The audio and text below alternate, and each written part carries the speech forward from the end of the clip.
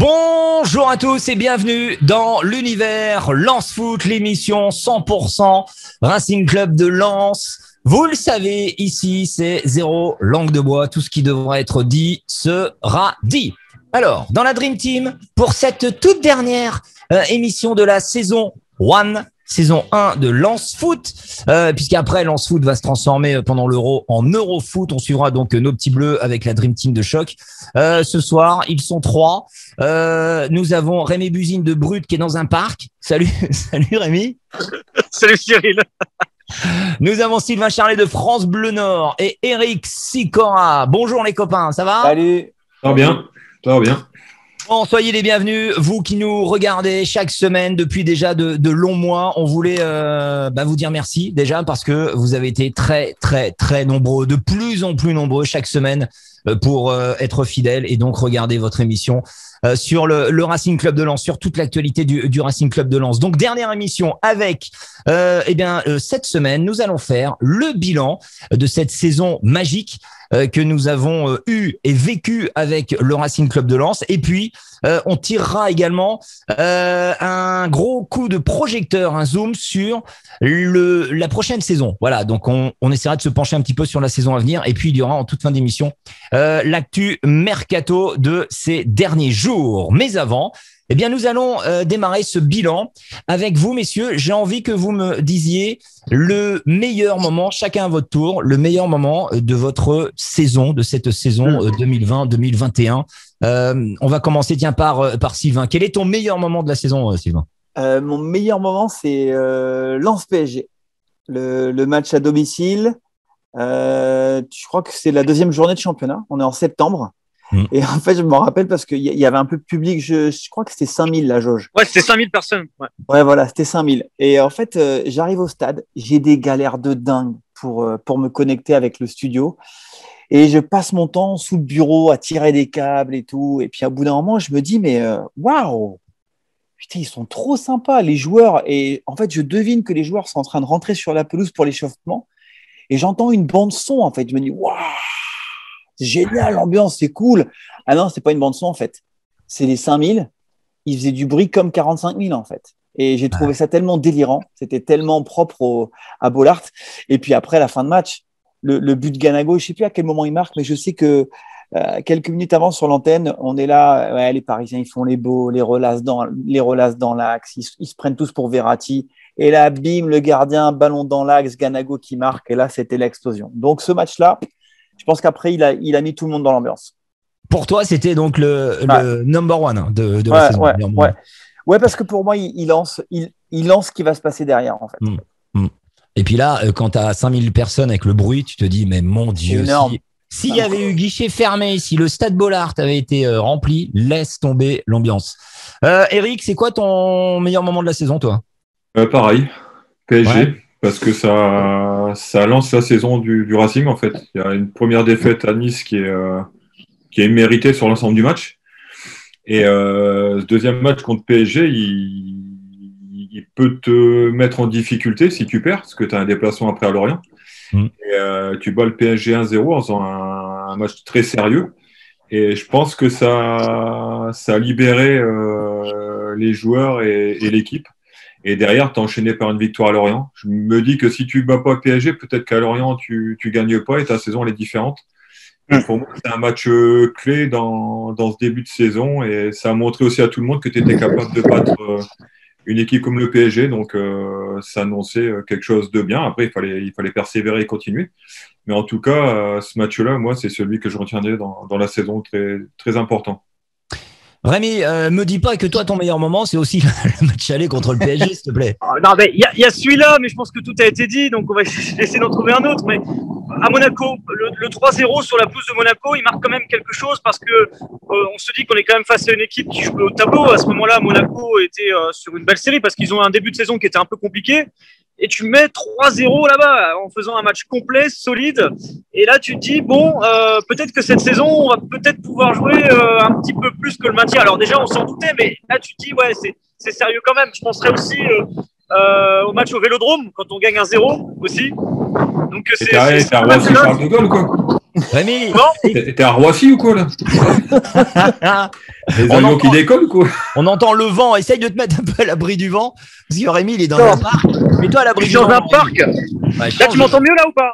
Ouais, parfait. Bouge plus. Assis-toi par terre. Assis-toi sur le trottoir. Il n'y a même pas de trottoir, il n'y a rien. J'ai trouvé une bordure, attends. Ne bouge plus. Regarde. Vas-y, termine ton meilleur moment de la saison, là, le match contre Monaco. Vas-y. Il y a le match contre Monaco qui était hyper intéressant, mais il y a aussi Marseille. Quand tu gagnes 1-0 au Vélodrome, tu te dis, tu vas gagner sur deux pelouses où c'est très compliqué de gagner en temps normal, sur des matchs assez complets où c'est pas un hold-up en plus. Donc tu te dis qu'il y a quand même quelque chose à aller chercher. Après, Lens PSG, moi, au-delà du sportif, c'est le public, quoi. C'est le fait que c'est l'un des rares matchs où il y avait de l'ambiance, où il y avait les supporters dans le stade. Et ce qui a manqué tout au long de la saison, c'est ça. C'est-à-dire que on a vécu une saison fantastique, mais par procuration, derrière un écran. Et c'était l'un des rares moments où il y a eu une communion entre les supporters et les joueurs, à l'exception des petits moments en fin de saison pour les accompagnements de bus au stade.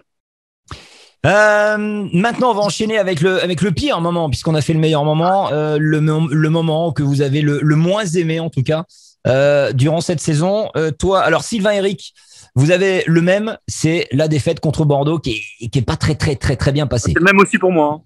Ah bah voilà. Mais j'avais dit Cyril jamais, mais c'était une blague. Hein.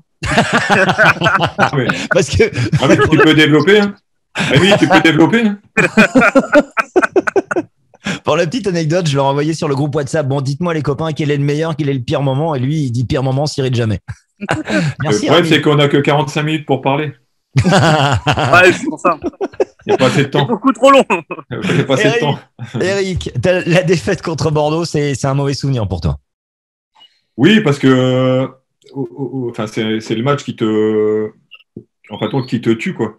Parce que et sincèrement, quand je vois, il y a le derby, et même s'il y a une défaite 3-0 dans le derby, vu ce que Lens avait démontré avant contre le PSG, je me suis dit à Bordeaux, ils vont aller là-bas avec les mêmes intentions, la même envie, la même détermination pour aller gagner et s'imposer. Et sincèrement, moi, je les voyais gagner facile. Et puis, c'est le match qu'il ne fallait pas rater, et ils l'ont raté, en fait.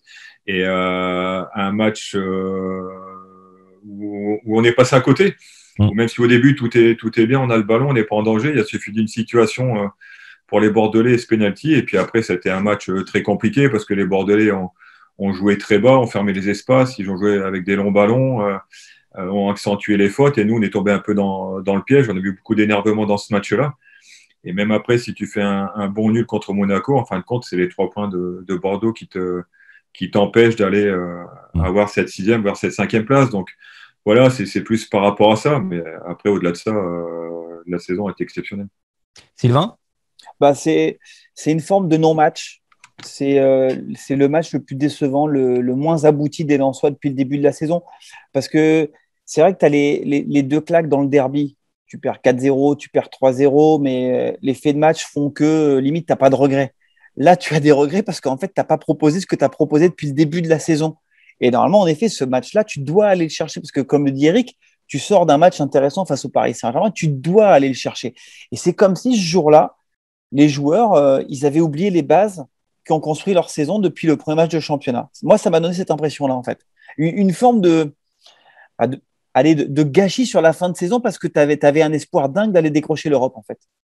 Rémi, appuie sur le petit bouton du micro, Rémi. Ah ouais. C'est pas une mauvaise idée. Hein. Pareil, le match à Bordeaux, parce que en fait, dans cette saison, il n'y a pas grand-chose qu'on peut critiquer. Sur le peu de matchs qu'on a perdu, c'est parce que l'adversaire était plus fort que nous. On peut l'admettre, notamment face à Lille, même si les scores sont sévères à chaque fois. Lens n'avait pas fait un non-match. À Bordeaux, par contre, c'est vrai que c'est le cas, et c'était le match où il fallait pas se louper parce que tu avais à portée de main la 6e, voire la 5e place. Et c'est vrai qu'il y a ce penalty, et puis derrière, on a vu un Racing totalement différent par rapport à l'ensemble de la saison. C'est-à-dire la sérénité, on pose toujours le jeu, on joue au ballon, même quand on est mené au score, on garde la même rigueur et la même envie de poser le jeu et sans stresser. C'est ce qui a fait cette force parfois du Racing de retourner des situations de match qui lui étaient totalement défavorables. Contre Bordeaux, on l'a pas vu, on a totalement coulé malheureusement au mauvais moment parce que c'est une saison qui est magnifique, mais elle aurait pu être exceptionnelle si ça s'était bien passé à Bordeaux. Donc il y a cette petite frustration. Pour vous, la première défaite contre le LOSC dans le derby, c'est pas le pire souvenir de votre saison? Vous l'avez pas, non? Non, parce qu'il y a une grosse différence entre les deux équipes. Donc, tout le monde l'a dit. Donc, sur ce match-là, il y avait enfin pas deux classes parce que c'est pas, mais il y avait vraiment une grosse différence. Et tu peux rien faire. Tu peux, et tout le monde l'a dit, même les joueurs. Donc, voilà, moi c'est plus Bordeaux parce que t'es cinquième avant, tu peux aller chercher cette place européenne. Et puis, ben, c'est ce match-là, mais finalement, qui te plombe parce que t'as pas joué comme d'habitude. Donc, Sylvain? Ouais, c'est vrai que cette rencontre face à Lille, tu peux pas être déçu parce qu'en plus, en fait, je pense qu'elle te permet de construire la suite. Tu prends 4-0 face à Lille parce que tu pars à l'abordage, en fait. Tu joues face à Lille comme tu as joué depuis le début de la saison. C'est la 7e journée. Lille, derrière, va être leader du championnat de France. Mais là, en fait, tu pars, tu y vas.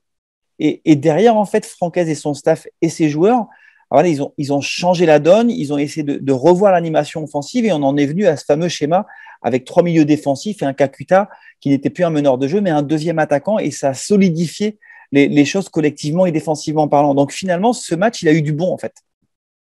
On a demandé aux supporters, aux fidèles de Lens Foot, de élire le meilleur défenseur. On a fait ligne par ligne, on a fait défenseur, milieu et attaquant, et on va commencer par le meilleur défenseur. Donc de la saison 2020-2021, on va dire un petit peu le Lens Foot d'or pour les défenseurs. Alors les nominés étaient Jonathan Grady, la perceuse, Loïc Badet, le crack, l'increvable Jonathan Klaus et le solide Massadio Haïdara. Eh bien, les fidèles de Lens Foot ont voté. Jonathan Klaus le remporte, gagne donc ce fameux Lens Foot d'or du meilleur défenseur avec 51%. Jonathan Grady deuxième avec 37%, Loïc Badet 11% et Haïdara un petit pourcent.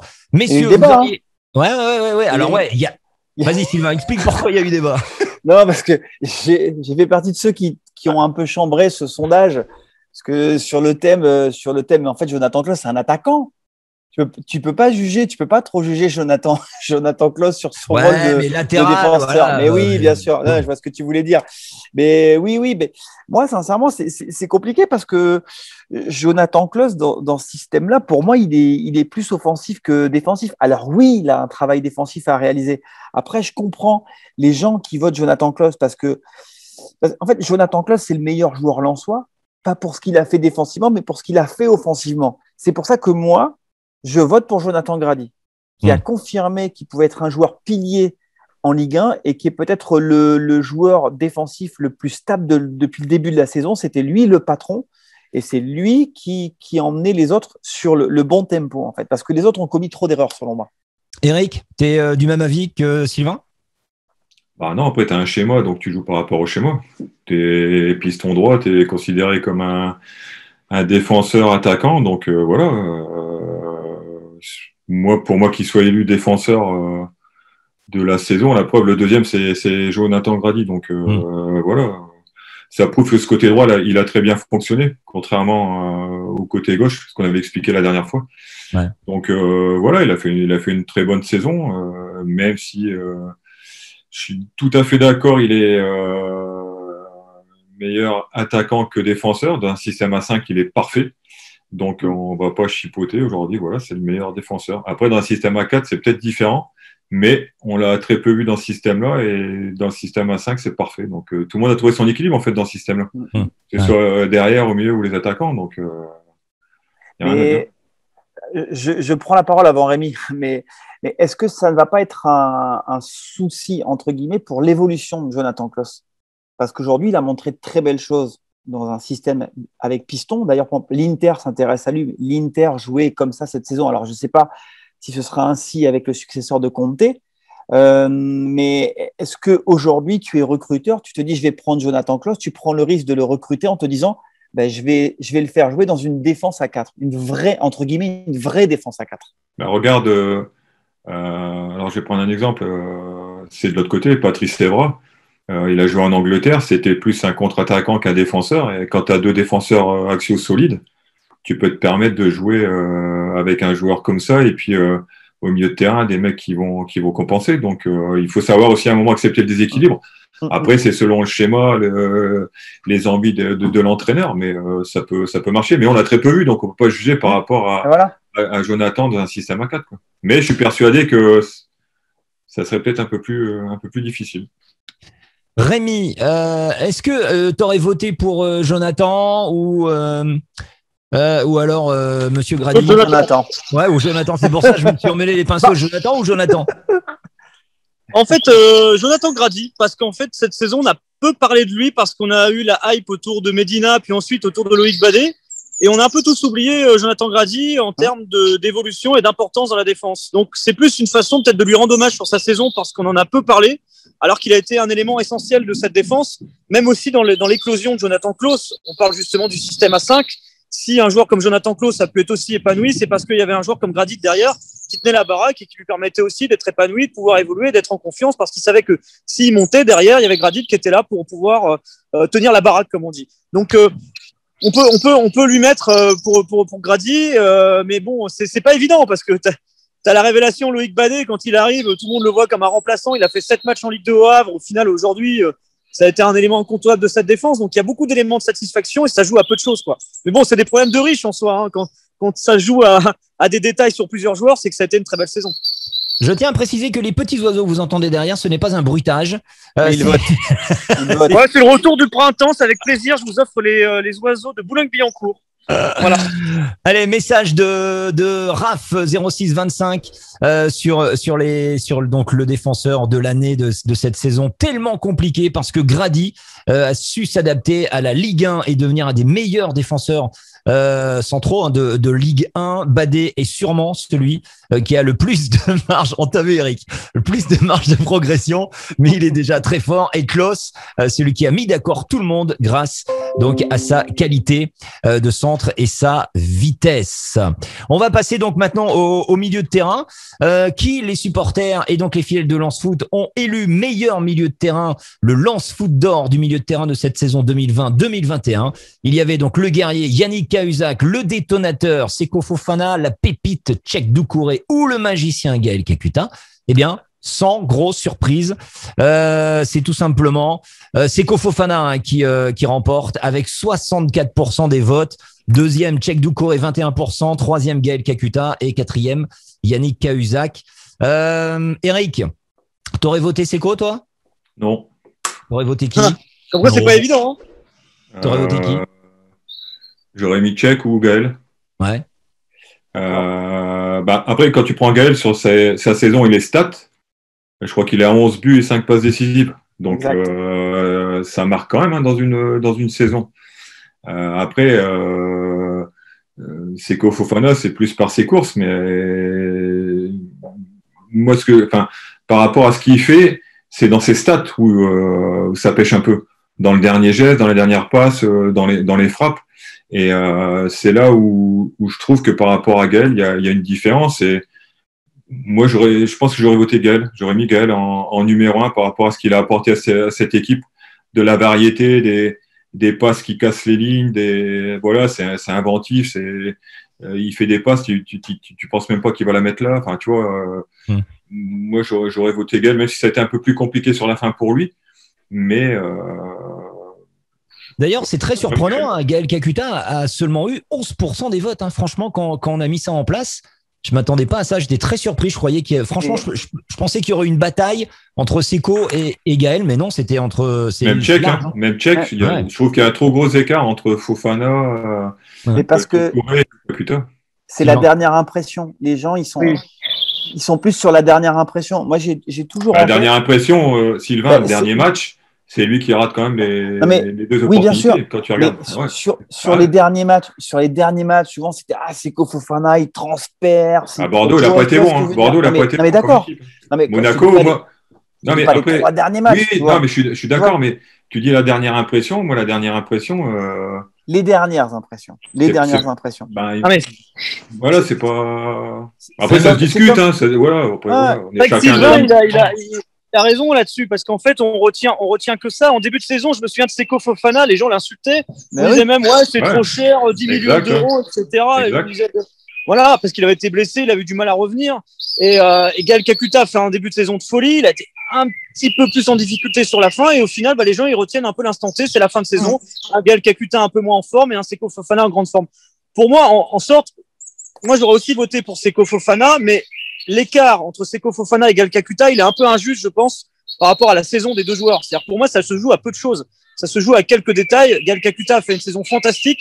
Il a peut-être parfois été un peu irrégulier à certains moments, mais beaucoup plus régulier que sur certaines saisons de sa carrière. Le grand problème de Gaël Kakuta jusqu'à aujourd'hui, pourquoi il n'a pas forcément fait une carrière aussi impressionnante qu'on lui a annoncé, c'est notamment pour des raisons de régularité. Alors bon, il y a les choix de club, mais il y a aussi les questions de régularité. À Amiens, en Ligue 1, il y avait des moments où pendant 2-3 mois, Gaël Kakuta, on n'entendait pas parler du tout. Là, on a quand même eu un Gaël Kakuta qui était absent peut-être par moment 1 ou 2 matchs, mais comme tout joueur à qui ça peut arriver. Donc voilà, pour moi, j'aurais aussi voté pour Seko Fofana, mais ça joue à peu de choses.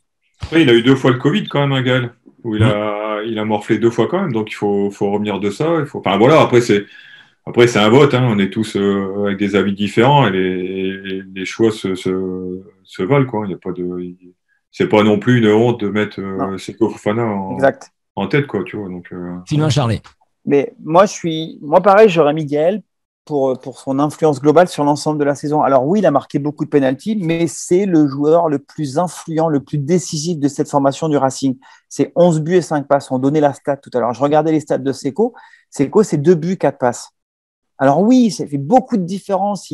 C'est le joueur box-to-box par excellence qui casse les lignes, qui apporte, mais il est resté brouillon dans l'approche de la surface de réparation et dans la surface de réparation. D'ailleurs, s'il avait ça en plus dans sa panoplie, il ne serait pas à Lens, il serait dans un des top 5, top 10 clubs du monde aujourd'hui.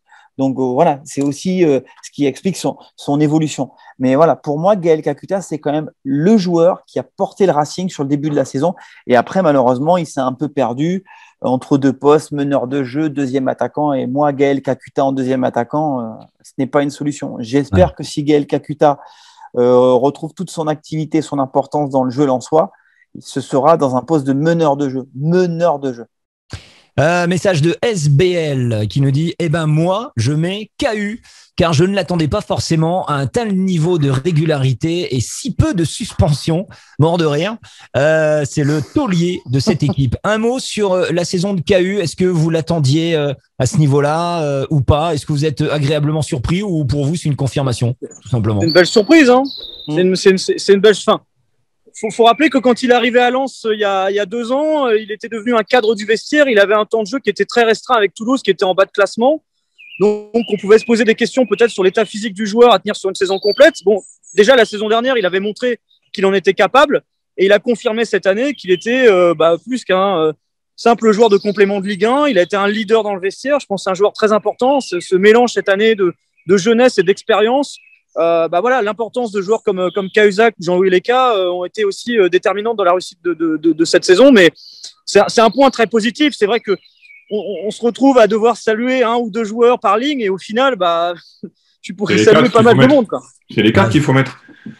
Alors, parce que tu regardes quand les matchs où on était en difficulté, on se disait tous, mais s'il y avait eu KU, le match aurait peut-être été différent. On était tous d'accord à certains matchs où c'était un peu compliqué, où KU ne jouait pas, on disait mais s'il avait été là, donc ça montre qu'il avait quand même son influence. Et puis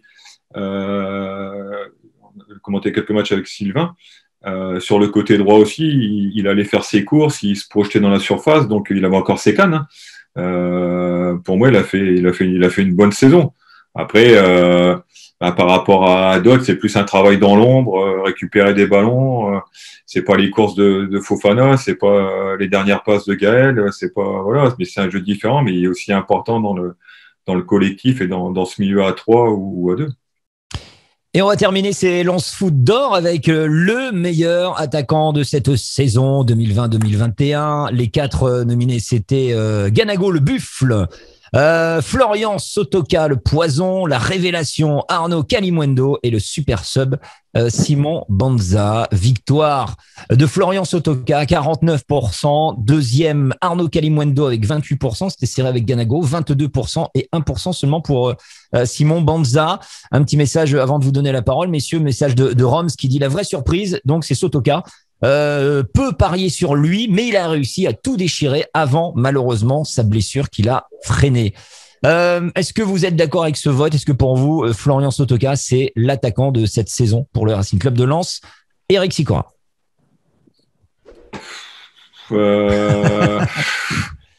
Non, mais moi j'aurais bien. Non, c'est pas ça, c'est que j'aurais bien voulu voir un Ganago sans sa blessure après Saint-Etienne, parce qu'il avait fait un début de saison canon. Donc il a été perturbé par rapport à ça, énormément de difficultés pour revenir. Calumendo, moi j'aime bien. C'est du feu dans les jambes, ça percute, ça provoque. C'est un bon joueur. Après, Flo, il a fait tous les matchs. Et c'est quelqu'un d'important aussi dans le système. Il marque peut-être pas beaucoup de buts, mais il est très important à la perte du ballon. Donc 8 buts, c'est déjà pas mal. Ouais. Pour un mec qui découvre la Ligue 1. Ouais. Mais il a aussi une part importante dans la récupération du ballon. Et on l'a vu faire des courses et des tacles pour venir aider son milieu. Donc voilà, c'est pas illogique. Et sur la saison, je mettrai quand même en tête Flo par rapport à tout ce qu'il a fait. Sylvain? Il a manqué 4 des 7 derniers matchs. 3 pour la blessure au mollet. Et puis ensuite, il a eu une accumulation de cartons jaunes, donc il n'était pas là à Bordeaux. Sur les 7 derniers matchs, il n'a débuté qu'une seule fois. C'était lors du dernier match face à Monaco. Donc c'est vrai qu'il représente l'état d'esprit de cette équipe. Enfin, le côté, voilà, on ne lâche rien et on respecte les traditions ici au Racing. Mais moi, je suis d'accord avec Captain Sico. Oh. Moi, j'aurais voté Arnaud Calimundo. Un Lillois qui est d'accord avec moi. Et Bourak et Bourak aussi. Bourak qui est en coloc avec moi parce que voilà, c'est désormais officiel. D'ailleurs, on va quitter Lille. Hein. C'est bon, Galtier est parti, donc on ne restera pas. Non, mais moi, Calimundo, c'est la révélation. Et puis surtout des stats. 8 buts, 6 passes.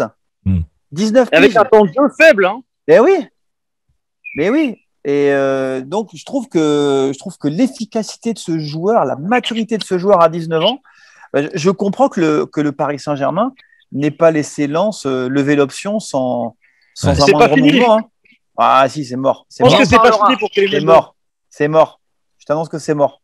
Rémi, Rémi, Sylvain, vous avez d'autres infos là sur Cali ou pas? Non, pour moi, c'est mort. Calimundo, la réalité, c'est qu'aujourd'hui, le PSG l'a repris, c'est normal parce que la valeur monétaire du joueur, elle a explosé par rapport à celle de l'option de début de saison. Ouais. C'est-à-dire 6 millions d'euros, le PSG qui récupère pour 1,5 million, c'est sûr que même s'ils veulent le vendre, ils n'ont aucune raison de le laisser à 6 millions pour le Racing. Je sais qu'on n'a pas toujours été d'accord sur le prix d'un Arnaud Calimundo, mais pour moi, ça part à 15-20 millions sur le marché sans aucun problème. Mais vraiment, vous avez des joueurs, des Jean-Kévin Augustin et d'autres, il y a quelques années, qui avaient des stats largement en dessous, qui étaient juste annoncés comme prometteurs, qui sont partis pour des tarifs comme ça. Aujourd'hui, on parle d'un joueur de 18-19 ans, qui a marqué 8 buts, qui a fait 6 passes décisives, qui a un temps de jeu qui est quand même relativement faible. Hein. Il a quand même été souvent remplaçant, même parfois durant la saison. On s'est demandé pourquoi il avait un temps de jeu qui était quand même un peu en dessous de ce qu'il méritait. C'est l'un des meilleurs buteurs européens par rapport à son âge, si ce n'est même le meilleur. Donc, c'est sûr que c'est un joueur, c'est sûr que le PSG allait activer son option. Après, aujourd'hui, il y a une réalité, c'est que le PSG n'est pas encore sûr de savoir s'ils vont le garder l'année prochaine ou s'ils vont le prêter à nouveau. Ils peuvent très bien dire, on le prête à nouveau dans des conditions au Racing ou ailleurs, différentes, c'est-à-dire pas avec les mêmes options et autres, ou alors carrément le vendre parce qu'il faut. Mais là, dans ce cas-là, le Racing aura probablement pas forcément les liquidités pour ça, vu le prix auquel ça peut monter, parce qu'il faut savoir que le PSG a toujours besoin de liquidités pour son mercato et chaque année, ils ont souvent sacrifié quelques jeunes joueurs, souvent à des tarifs de 15, 20, 30 millions d'euros. Christopher Nkunku, qui avait été vendu, je crois, à Leipzig pour 15 millions d'euros, alors qu'il avait des stats assez faibles, ça a permis de pouvoir enflouer les caisses du Paris Saint-Germain. Calimundo, ça peut être la même chose. Ça va dépendre aussi du dossier Moïse Kean, avec Everton, les négociations. Est-ce qu'ils arriveront à lever l'option d'achat ou à négocier? Enfin, il n'y avait pas d'option d'achat, je crois. Et en tout cas, à le transférer, ça va dépendre aussi de ça, quoi. Sylvain, où est-ce que vous avez trouvé les passes décisives là, sur Calimundo là? Moi, j'en ai que deux. J'en ai que deux, moi. Dans la saison, j'en ai deux. Ouais, mais dans Calcutta, c'est championnat, moi, j'ai pris. Sylvain, oui. On va regarder Eric. Tiens. Ah non, mais c'est parce que j'étais en train de regarder, ça me paraissait beaucoup, 8, tu vois. Ouais, sur l'équipe, ils ont 8 buts et 5 ou 6 passes. Non, il y a 7 buts et 2 passes. En Ligue 1, c'est 7 buts, 5 passes. 7 buts, 5 passes en Ligue 1. Parce qu'après, il y a Nantes. 6 au total de la saison.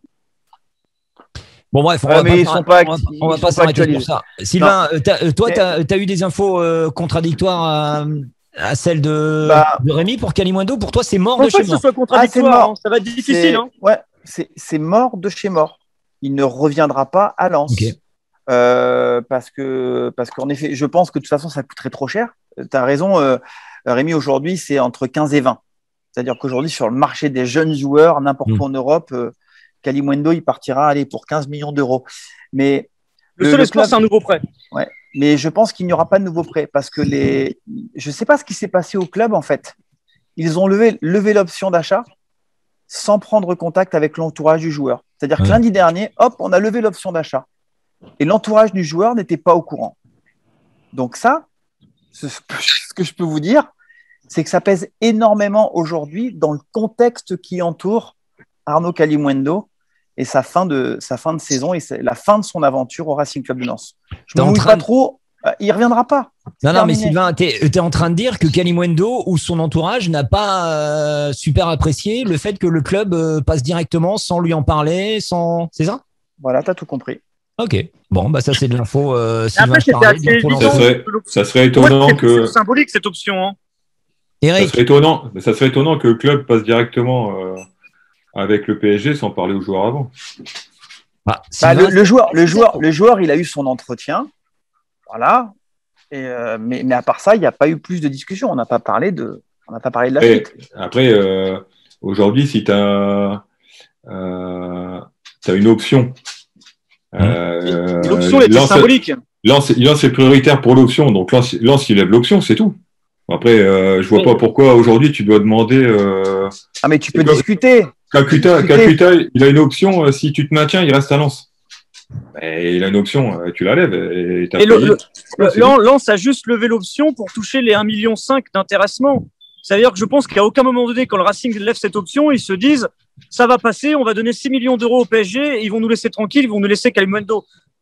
Je pense concrètement que les dirigeants se sont dit on lève cette option parce que ça permet d'avoir les 1,5 million d'intéressement, parce que c'est vrai que le Racing va potentiellement perdre ce joueur, mais a quand même participé à son éclosion. Et si dans quelques semaines, le Paris Saint-Germain arrive à le revendre à des tarifs assez importants, il pourra aussi dire merci au Racing Club de Lens de lui avoir permis une exposition dans une bonne équipe avec du temps de jeu comme celui qu'il a eu mais cette ça, saison. C'est acquis. Ça, c'est acquis, mais tu sais vous savez comment fonctionne ce monde-là aujourd'hui. Je veux dire, il y a des gens… Aujourd'hui, tu construis un effectif. Tu ne vas pas dire je lève l'option pour toucher 1,5 million. Tu as Kalimundo qui te fait une bonne saison. Tu as un attaquant qui est là, qui a montré des choses. Dans la tête du coach aujourd'hui ou des gens du Racing, je les vois mal dire on va proposer de prendre Kalimundo, comme ça on va récupérer 1,5 million. Mais il le savait. Alors que tu as un mec sous la main. Alors tu vas devoir chercher quelqu'un d'autre avec un profil. Moi je trouve qu'ils ont manqué je suis pas trop d'accord. Ils ont manqué de tact là-dedans. Il faut aussi ménager. Mais ce que je veux dire, mais aujourd'hui, quand on regarde un peu rétroactivement parlant, je fais là, tu as une option d'achat.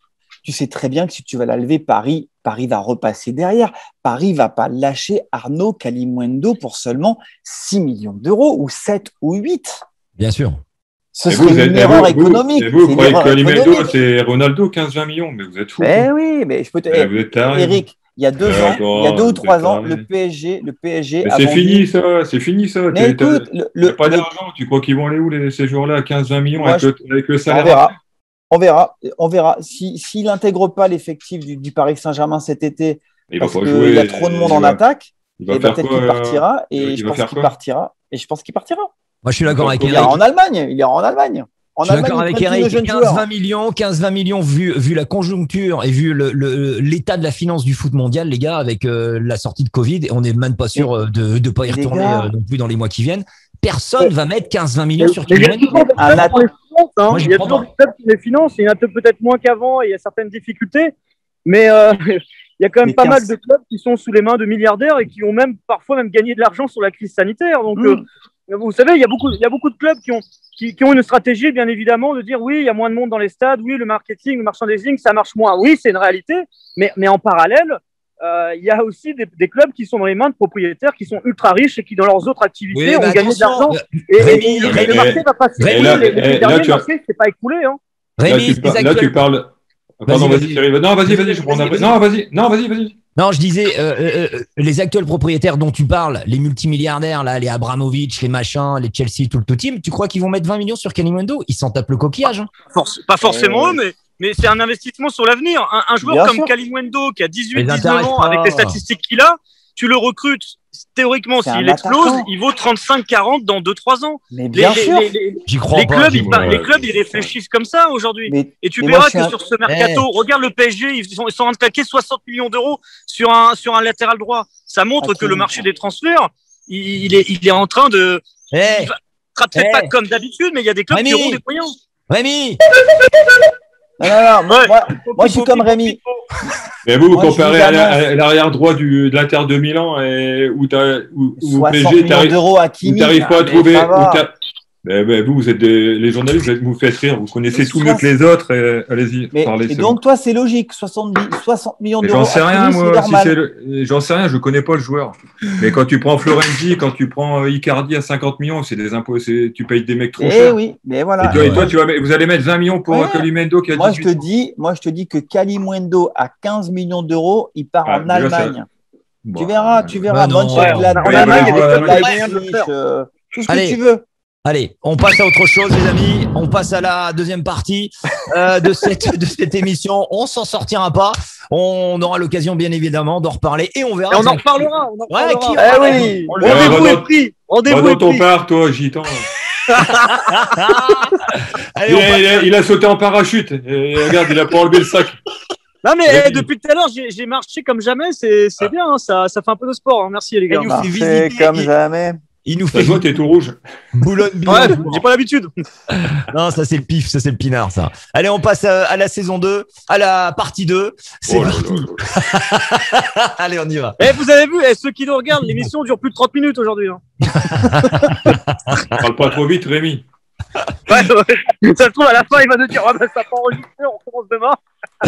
Bon, on va se projeter, les copains, on va se projeter sur la saison prochaine. Alors, pour vous, moi, il parle de pinard. À consommer avec modération, bien évidemment. Pour vous, messieurs, quels doivent être les objectifs du Racing la saison prochaine? J'aimerais vous entendre là-dessus. J'aimerais démarrer par par Captain Sico.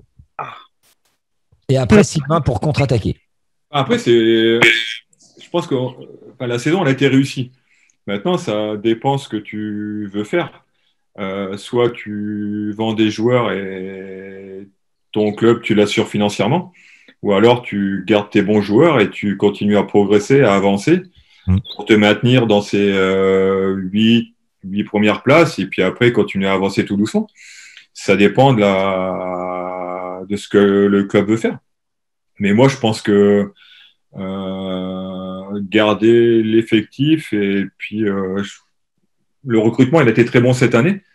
Je pense qu'il travaille déjà depuis un moment dessus pour la saison prochaine. Et je pense que on aura encore une équipe compétitive. Après, on sait très bien que la deuxième saison est toujours un peu plus compliquée. Mais voilà, moi, je pense qu'il faut travailler là-dessus et puis pérenniser le club, l'équipe et avancer. Et après, tu peux être un Rennes, tous ces clubs qui jouent là derrière les gros. Et puis, comme cette année, ça marche bien, tu es la surprise. Donc, fixer les 8, 9, 10 premières places et puis après voir ce qui se passe. Mais tu peux lutter là si tu fais bien le boulot et c'est ce qu'ils vont faire, je pense. Dans le top 10, quoi. Ouais, il faut s'inscrire là-dedans. Parce que tu sais très bien que le football, c'est très compliqué et du jour au lendemain, il peut t'arriver une merde. Garde Nantes, ils se sauvent au barrage. Donc, il y a une saison où tu sais pas pourquoi. L'année où Lens descend, tu as peut-être la meilleure équipe et tu dis tu vas jamais descendre et ça arrive. Donc, le foot, il est très particulier. Ça va très vite. Sylvain Charlet, à ton avis, donc, l'objectif du Racing la saison prochaine? Je suis pas aussi optimiste que Captain Sico. Tiens. Je vais d'abord le maintien. Parce que là, comme ça, moi, j'ai peur du mercato lensois. J'ai peur que le club se fasse piller parce que le club a réussi une très belle saison. Il y a des joueurs qui sont très, très demandés. Et puis, il y a aussi une crise sanitaire, une crise des droits TV qui a obligé le boss, M. Ougourlian, à remettre la main au porte-monnaie. Donc, je ne sais pas comment sont les finances du club en ce moment. Je ne sais pas quels sont les objectifs financiers pour combler tout cela. Donc, j'espère que, par exemple, Kakuta sera encore là. Je ne pense pas que Klaus sera encore là. Quid de Doucouré, quid de Fofana, quid de Badé. Voilà. Donc, si tu as autant de départs, il va falloir être malin et ingénieux pour remplacer ces joueurs. Donc là, comme ça, au moment où on se parle, maintien. Maintien. Je vois pas plus. Maintien. Oui, ils vont pas laisser partir tout le monde. Non, tout le monde va pas partir. Mais maintien. Alors, il faut se dire un truc, mathématiquement et dans les structures de club, quand tu montes, la deuxième saison elle est toujours plus compliquée que la première parce que tu es beaucoup plus attendu et Racing sera beaucoup plus attendu la saison prochaine. Il n'y aura pas même la même hype autour du Racing, même à l'intérieur du club, il y aura peut-être même un peu plus de pression. C'est-à-dire que là, par exemple, cet été, vous avez des joueurs qui sont arrivés sur la pointe des pieds, qui ont été des bonnes surprises. La saison dernière, la saison prochaine, ils devront confirmer. Ils vont être valorisés, ils sont scrutés par certains clubs. Moi, je pense pas qu'on va se faire dépouiller. Je mise sur un départ, je pense, de Jonathan Klaus. On pourra pas lui en vouloir. Il a quand même 28 ans. Il a un parcours particulier. C'est peut-être pour lui la saison ou jamais d'aller dans un top club pour jouer la Champions League et encore franchir un cap. Cheikh Doucouré, ça fait 3 ans qu'il est au Racing. Il a une bonne valeur marchande, donc ça peut être aussi pour permettre au Racing de renflouer un peu les caisses. Mais j'ose croire que des joueurs comme Loïc Badé et Seko Fofana pourraient rempiler pour une seconde saison. Je dis pas que ça va être facile et qu'ils resteront forcément, mais on peut avoir un peu d'espoir dessus. Et après, d'avoir un mercato qui soit à la fois ambitieux au niveau des moyens, mais aussi avec de l'idée. Quand on va chercher Jonathan Klaus et Loïc Badé, ça vaut 0 € et quand ils sont recrutés, je me souviens que les supporters à l'époque avaient dit mais qu'est-ce que c'est que ces joueurs? On va recruter en D2 allemande et un joueur qui a joué 7 matchs au Havre, on va redescendre en Ligue 2 parce que c'est des joueurs de Ligue 2. Au final, ils nous ont tous bluffés. Donc, si on est intelligent dans le recrutement, on peut trouver des joueurs à moindre coût. Et après, je pense qu'on peut avoir des moyens sur ce mercato. Et il y a l'air d'avoir quelques informations qui filtrent, notamment sur le poste d'avant-centre où le Racing pourrait potentiellement avoir un peu de moyens. Il faut rester mesuré. On ne parle pas de dizaines de millions d'euros, mais d'avoir un peu de moyens pour aller chercher peut-être un attaquant qui puisse permettre de franchir un cap. Parce qu'on sait que, on parlait de Kalimundo, ça va être très dur de le conserver. Et puis, il y a peut-être besoin d'avoir un attaquant supplémentaire parce qu'on a vu que il n'y avait pas forcément un serial buteur au Racing. Alors, d'un côté, c'est bien parce que ça a permis à tout le monde d'être entre 6, 10 et 12 buts, mais il n'y a pas forcément eu ce joueur où on se dit, lui, il va nous planter 15 ou 20 buts. C'est peut-être ça qui sera peut-être important pour la saison prochaine. Mais cherchons top 10 et pourquoi pas un peu plus. Après, il faut aussi penser à quelque chose, c'est qu'il y a des clubs qui se sont loupés cette saison, qui vont être ambitieux l'année prochaine. Je pense à Montpellier et Nice, surtout Nice, qui finissent derrière le Racing avec les moyens qu'ils ont. C'est un fiasco pour eux. S'ils récupèrent Galtier et qu'ils font un mercato ambitieux, on aura aussi des adversaires encore plus que ceux qui ont terminé devant nous. Donc, ça va être compliqué. On va, avant de parler mercato, de rentrer dans les news mercato, on va se faire un petit jeu. Tiens, je garde pas. Je vais vous donner des noms de joueurs, bien évidemment de l'effectif lensois, et vous me dites simplement je garde pas. Et puis de temps en temps, je vous demanderai de commenter. Attention, Sylvain, Jules Keita, je garde ou je garde pas? Je garde pas. Charles Bolly, Eric.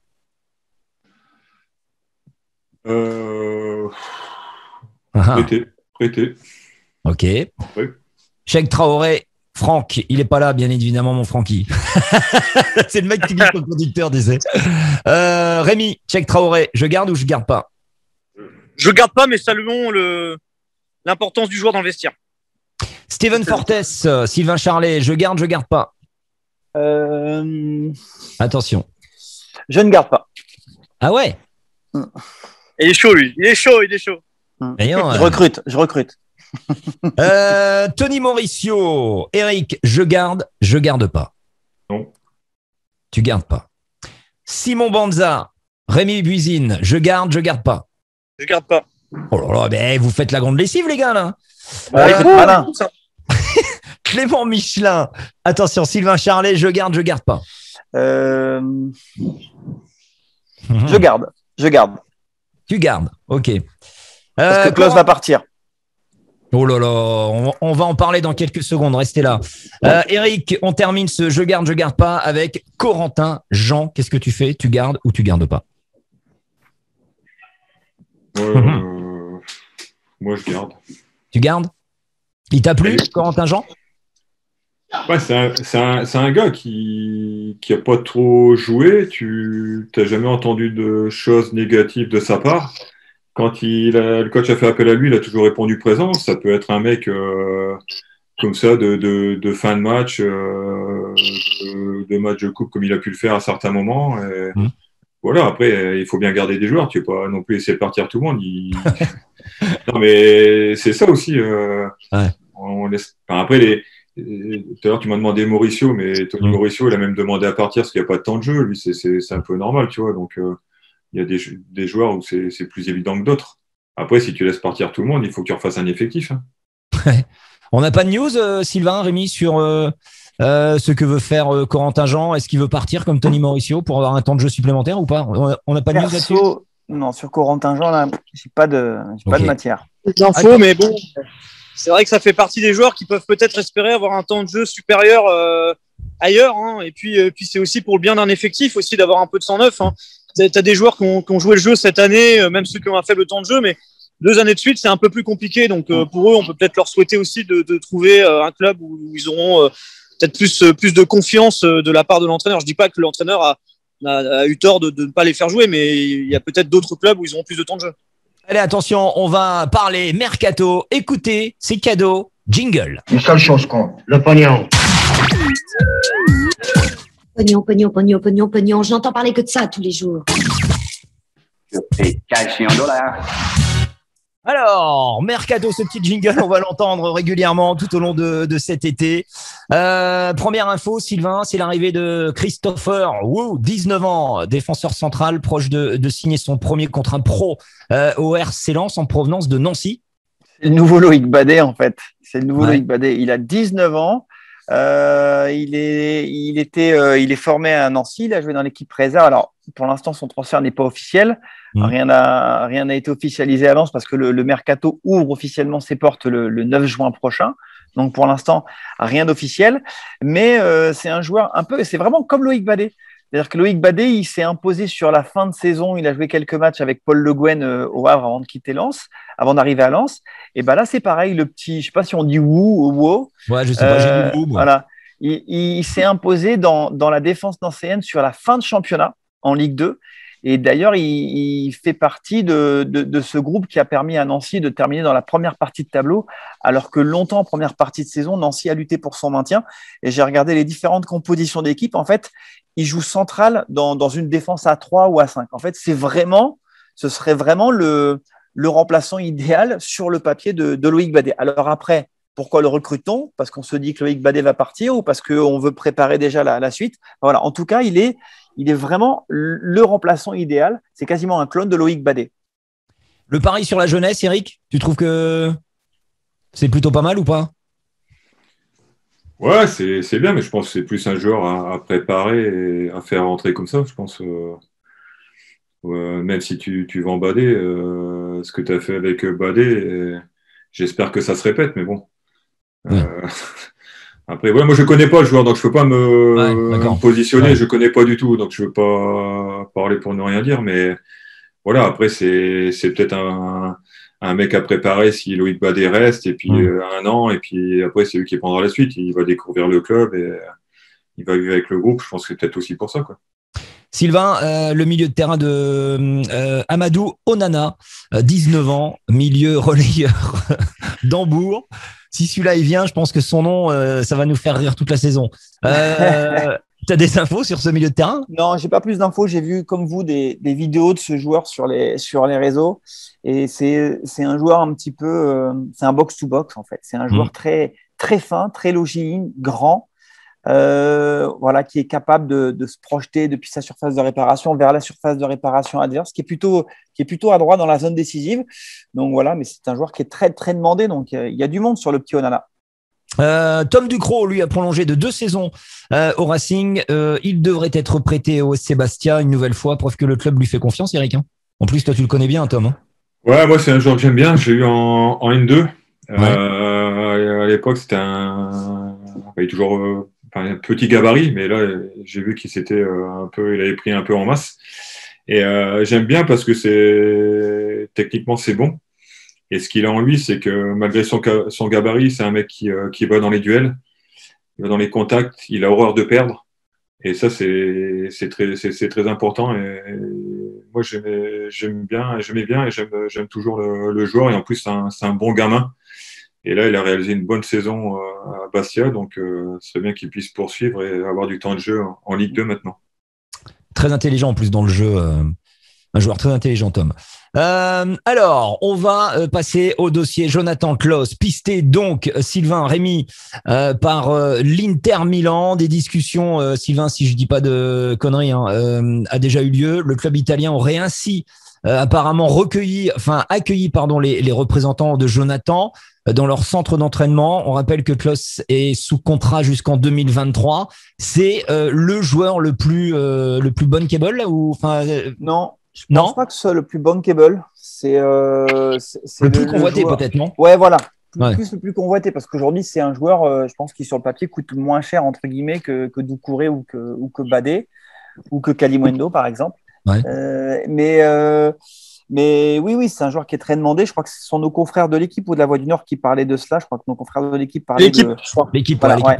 Et alors, c'est vrai qu'il a changé d'agent sur la deuxième partie de saison. Jonathan Klaus s'est tendu avec son ancien conseiller, qui est quand même l'homme qui l'a aidé à se relever, qui l'a permis de venir au Racing Club de Lens. Donc ça, j'avoue que ça n'a pas été très, très classe de la part de Jonathan, qui n'a pas répondu aux appels de son agent. Mais il avait sûrement de bonnes raisons de le faire, puisqu'il il a décidé de changer d'agent et peut-être qu'il s'est dit qu'avec ces agents-là, ça l'ouvrirait d'autres portes sur le marché.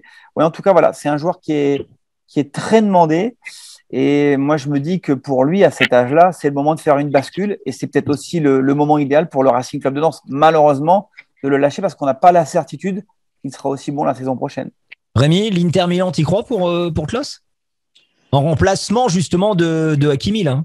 C'est un cap quand même pas évident, quoi. C'est-à-dire que c'est très ambitieux, ça peut aussi mal se passer. Donc, en termes de prix, par rapport à la question du prix, c'est sûr que c'est beaucoup moins bankable qu'un Kalimundo, Doucouré ou Badé parce qu'il est plus âgé, il a 2 ans de contrat. En général, les latéraux, ça se vend un petit peu moins cher. Donc, on peut imaginer qu'en termes de prix, aux alentours de 8-10 millions d'euros, ça partirait sûrement. Et on peut pas lui en vouloir, encore une fois. C'est vrai qu'il a 28 ans, il a un profil assez atypique. C'est pas la même problématique que Loïc Badé. Il a 21 ans, il a, je pense, encore besoin d'une saison avec le Racing pour s'aguerrir, pour découvrir la Ligue 1 et peut-être après aller ailleurs. Mais pour Jonathan Klaus, l'Inter, c'est peut-être très haut. Moi, je le verrais bien, peut-être pourquoi pas dans un top 4 de Ligue 1. Ça pourrait être intéressant, quoi. Il aurait largement la place, pour aller à Lyon à la place de Dubois. Hein. C'est clair. Tiens, belle transition. Tu parlais de Loïc Badé. Loïc Badé, sur le départ, vous le sentez vraiment faire ses valises? On parle de Séville, Brighton, Atlético Madrid et Rennes qui seraient sur les traces sérieusement de Loïc Badé. Eric, tu y crois toi, au départ de Loïc? Dans le foot, tout est possible. Combien de joueurs ont dit je partirai pas, ils sont partis. Donc aujourd'hui, il est bien coté. Donc forcément, son nom ressort. Après, Rennes a perdu. Comment il s'appelle, celui qui est parti à Lyon? Qui est parti à Lyon. Da Silva. Donc pourquoi pas? Après, il y a les clubs étrangers. C'est un profil intéressant, hein, grand gabarit, très jeune. Joueur à faire encore progresser, puis après peut-être à la revente. Donc ouais, ça peut être une belle opportunité. Après, moi, je trouve que une saison de plus à Lens, ouais, ça peut être bien. Après, par rapport à Klaus, tout à l'heure, vous m'avez pas demandé, mais moi, je trouve que c'est haut pour c'est un très grand club, quoi. Ouais. C'est peut-être pour être numéro 2, mais pas numéro 1. Donc après, voilà, est-ce que c'est du temps? Enfin voilà, après mais quand tu as une opportunité comme ça, pardon, c'est difficile de la refuser, hein. Sincèrement, t'es joueur, tu vas à pied, hein, je veux dire. Des fois, ça revient pas l'année d'après. Tu vas en trottinette, hein, je te le dis. Hein. Ça revient pas forcément l'année d'après. Hein. Ouais, non, mais c'est pour ça. Après, c'est des expériences qui se tentent. Hein. Ouais. Non, mais c'est fou. T'imagines D2 allemande, il arrive à Lens et s'il signe à l'Inter, enfin le changement de vie, le basculement, il est tout simplement hallucinant. Après, moi, je suis pas dans la presse, les échos, tout ça, je connais pas. Donc, est-ce que c'est vrai? Est-ce que c'est vrai? Est-ce que c'est, je sais pas, sincèrement. c'est Sylvain qui peut répondre ou Rémi, quoi. Moi, Et peut-être pour parler de Loïc Badet, moi je crois vraiment qu'il aurait besoin d'une seconde saison avec le Racing. Il a été très performant, mais il y a quand même des fois, on a été critique sur certaines relances, sur des fois un peu de suffisance, et qui sont, je pense aussi, symptomatiques d'un joueur qui découvre la Ligue 1 avec un talent monstrueux, et on se régale d'avoir un joueur comme Loïc Badet au Racing avec des statistiques incroyables, mais il a encore besoin de franchir un cap. Je crois, au-delà du fait que j'aime le Racing, que Lens peut lui offrir justement ce cadre pour encore avoir une deuxième saison dans laquelle il peut réussir à encore se perfectionner pour aller voir plus haut. Après, bien évidemment, ça va dépendre aussi des offres. Si demain, tu as un club qui met 30 millions d'euros sur la table, ça peut même être le Racing qui va vers le joueur et qui lui dit, bon, bah. Tu vas l'emmener. Bah, vas-y. Parce que des fois, tu as des offres qui sont irréfutables. Comme on dit dans le mercato, tu peux avoir toute surprise à tout moment et tu n'as aucun joueur qui est intransférable parce que des fois, tu peux avoir des offres totalement surréalistes, incroyables, parce que tu as des clubs qui ont toujours la surface financière de le faire. On va l'appeler la Drogba, la trottinette, tu sais. Drogba, quand il quitte Marseille, il ne voulait pas partir de Marseille, mais on lui a dit non, mais là, ce serait vraiment bien d'y aller parce que Chelsea met vraiment de l'argent et ce serait bien que tu t'en ailles, en fait, quand même. On va terminer les copains avec les deux dernières infos mercato. Cheick Doucouré qui fait partie donc des joueurs qui ne sont pas passés inaperçus cette saison. Il intéresserait le FC Séville. Il a été le troisième joueur le plus utilisé par Franck Hez cette année. On évoque une fourchette entre 10 et 15 millions. Je rappelle que Cheick Doucouré est lié jusqu'en 2024. Sylvain, t'as des infos sur Cheick? Non, mais ce que je peux dire, un départ, oui, on peut y croire. Comme le disait Rémi, si demain tu as un club qui aligne, je pense que tu laisseras partir Cheick. Malheureusement, tu ne pourras pas faire autrement. Mais ce que l'on peut dire, c'est que le FC Séville, c'est un club qui recrute souvent très, très. C'est un club très malin et qui vient chercher régulièrement des joueurs en Ligue 1. Je pense à c'est Ben Yedder qui s'est fait vraiment sa réputation internationale là-bas. Gamero aussi à l'époque. Je pense aussi à Diego Carlos, qui était défenseur central à Nantes, le petit Koundé, Jules Koundé, qui est aujourd'hui en équipe de France, qui a été récupéré à Bordeaux. Keita était là-bas, non? C'est d'où? Il est passé par là. Ouais, il est passé par là-bas. C'est un club qui a une capacité à recruter malin. Et Cheick Doucouré à Séville, ce que je peux dire là-dessus, c'est que si Séville a vraiment coché le nom de Cheick Doucouré, ça me paraît des plus logiques en fait. Par contre, Eric, profil-là de joueur. Eric, tu serais triste du départ de Cheick Doucouré. Toi, c'est ton petit protégé. Tu le kiffes bien. T'as bien aimé ce joueur. Ouais, non, mais moi j'aime bien le joueur. En plus, c'est quelqu'un qui a la tête sur les épaules. Et sincèrement, après c'est moi. Je préférerais qu'il reste et vendre d'autres joueurs. Mais après, si, comme on dit, il y a un chèque qui arrive sur la table et que tout le monde est content, voilà. Mais bon, pour l'instant, moi, sincèrement, je garderai. Après, ça fait quand même pas mal de temps qu'il joue aussi en équipe 1, donc peut-être aussi envie d'avoir ailleurs des opportunités. Donc, choix de carrière aussi, comme disait Rémi, des fois, tu as des choses qui se refusent pas. Donc, on termine. Profiter au bon moment.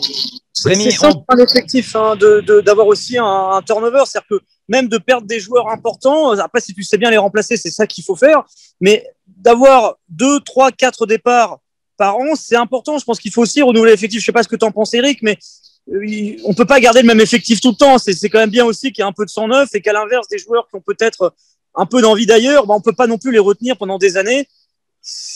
Voilà. Et après, il faut juste que les offres suivent derrière, quoi. Ouais, mais après, tu sais, quand tu es coach et que tu as une base et tu as un système tactique qui te convient bien avec les joueurs, quand tu perds 4 joueurs, en plus, c'est des joueurs importants et que tu dois tout reconstruire.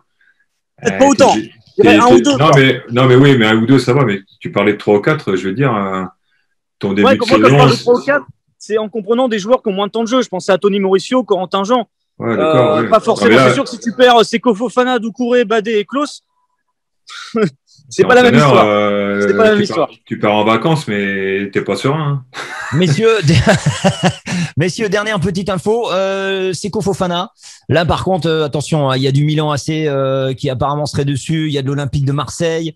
Seko Fofana, départ, pas départ. Sylvain Charlet. Là, pareil. Non. Ce que j'avais tweeté, c'était la confirmation de l'intérêt de l'OM, mais il y a aussi des clubs ailleurs, et notamment en Italie, l'Atalanta Bergame, le Milan AC, qui reviennent aussi à la charge. Et je pense que ce ne sont pas les seuls aujourd'hui qui sont intéressés par Seco. Après, le club a clairement fait savoir aux joueurs qu'il aimerait pouvoir le conserver une saison supplémentaire. Mais est-ce que le marché va permettre au Racing Club de Lens de tenir cette position? On le verra dans les prochaines semaines. Mais Lens a vraiment envie de le garder une saison de plus.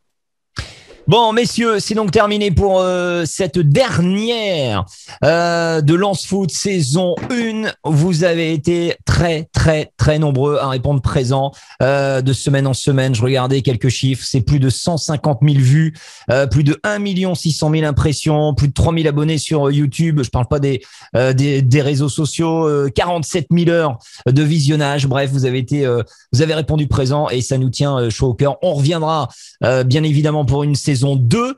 Il y aura l'Euro, donc l'Eurofoot, ça va arriver très bientôt. Lens Foot va devenir Eurofoot. Il y aura Eric, il sera là. Sylvain, toi t'es pas là, tu pars en vacances.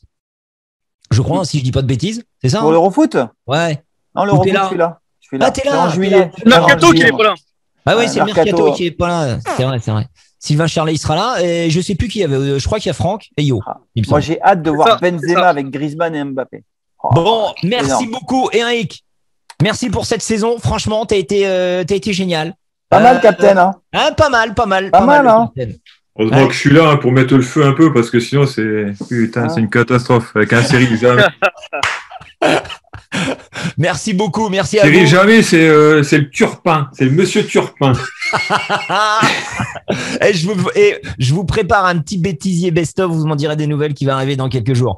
Soyez prudents. Prenez soin de vous. Et attends. Le best-of, il y en a pour tout le monde. Hein. Ouais, non, mais t'inquiète pas. Non, parce que toi, t'es un malin. Toi, t'es là-bas, tu décides et on va te voir. Parce que t'en as fait des crochets. Ouais, mais c'est qui le patron? C'est moi. Allez, passez une belle journée. Merci beaucoup. Merci à vous, les copains. Et on se retrouve très bientôt. Prenez soin de vous. Salut. Ciao. À très vite. Salut. Ciao. Salut.